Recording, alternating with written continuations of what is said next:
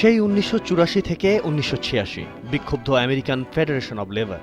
দিনে ৮ ঘণ্টা কাজের সময় নির্ধারণের দাবিতে উত্তাল যুক্তরাষ্ট্রের রাজপথ। তারই ধারাবাহিকতায় ১৯৮৬ সালের ১ মে সন্ধ্যায় শিকাগো শহরের হে মার্কেটে জড়ো হন শ্রমিকরা। আন্দোলনরত শ্রমিকদের উপর গুলি ও বিস্ফোরণে নিহত হন ১১ জন।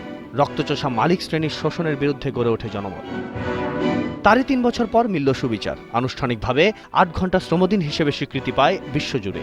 সেই থেকে ১ মে পালিত হয় শ্রমিকদের আত্মদান আর দাবি আদায়ের দিন হিসেবে। তারপরও থামেনি শ্রমিক নিপীড়নের ইতিহাস।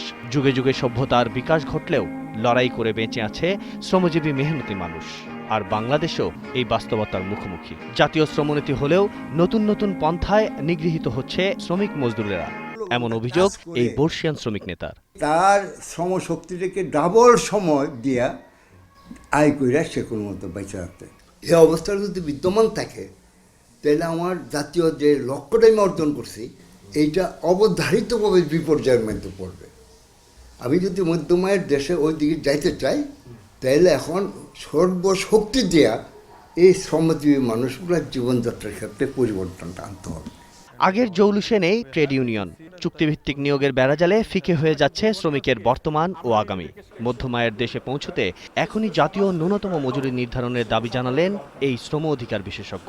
খুব দ্রুত সময়ের মধ্যে জাতীয় নিম্নতম মজুরির একটা মানদণ্ড তৈরি করতে হবে, যাতে বাংলাদেশের প্রত্যেক শ্রমিকের মজুরি একটা নিম্নতম হার নির্ধারিত হয়, তার নিচে কেউ না দিতে পারে, এবং শক্তিশালী সামাজিক নিরাপত্তা বলয় তৈরি করতে হবে।